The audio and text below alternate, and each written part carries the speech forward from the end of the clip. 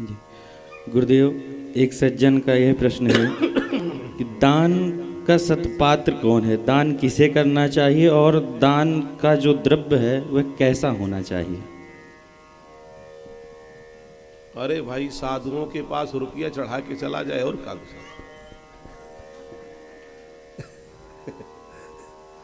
श्री सीताराम जी महाराज की जय हो।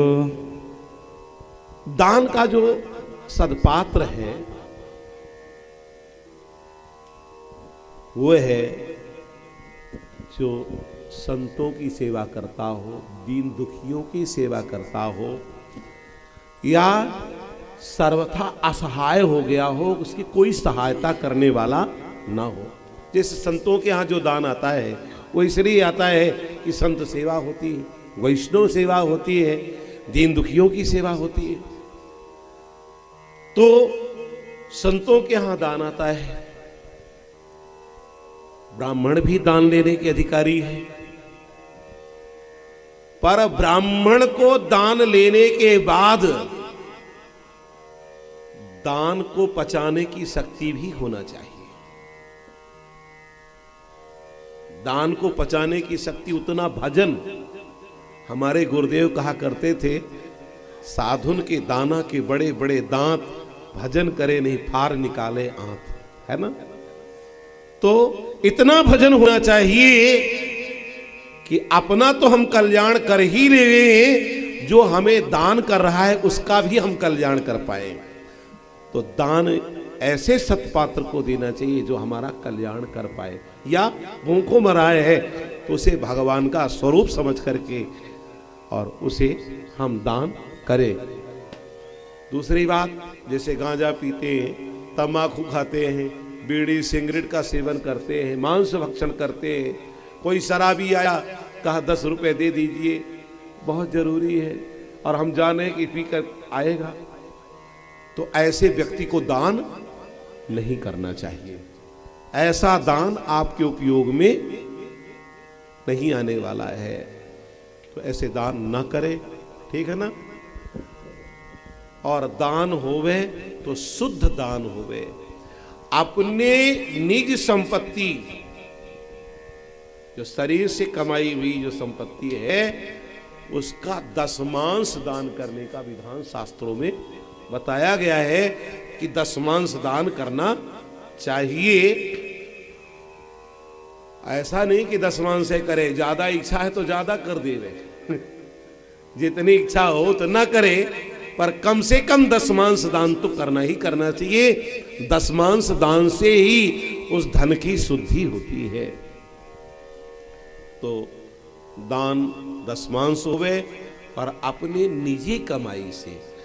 ये नहीं कि हमारे गुरुदेव एक बात कहा करते थे कि बाप से कोई पूछता है, कहो लड़का कमाता है? कहाँ महाराज कमाता है। कितना पाता है? कहा 25,000 रुपये तो लगभग तनख्वाह उसकी है, ऐसे 50-60 हजार रुपये ऊपर से पा जाता है। तो वो कमाई दान के लिए उपयुक्त कमाई नहीं है। ऐसी कमाई से दान से कोई लाभ नहीं होता है। वैसे एक बात और है, हमारे एक संत हुए हैं, तो उन्होंने लिखा है, छल कर बल कर जतन कर। आत्माराम जी, छल कर बल कर जतन करी, संतन के मुख दे छल कर, छल पूर्वक। कहीं से अरे लाओ तुम्हारा काम ऐसे बन जाएगा, चलो, है ना, जट करके किसी को दे, छल कर बल कर। जैसे हरपाल जी छल पूर्वक डकैती डाल करके और लेकर के आते थे। अंदर थे वैष्णव और बाहर से बने रहते थे डाकू हरपाल जी। तो छल करे, बल करे, बल पूर्वक जबरदस्ती, बल करे, यतन करे, यत्न पूर्वक संतन के मुख दे।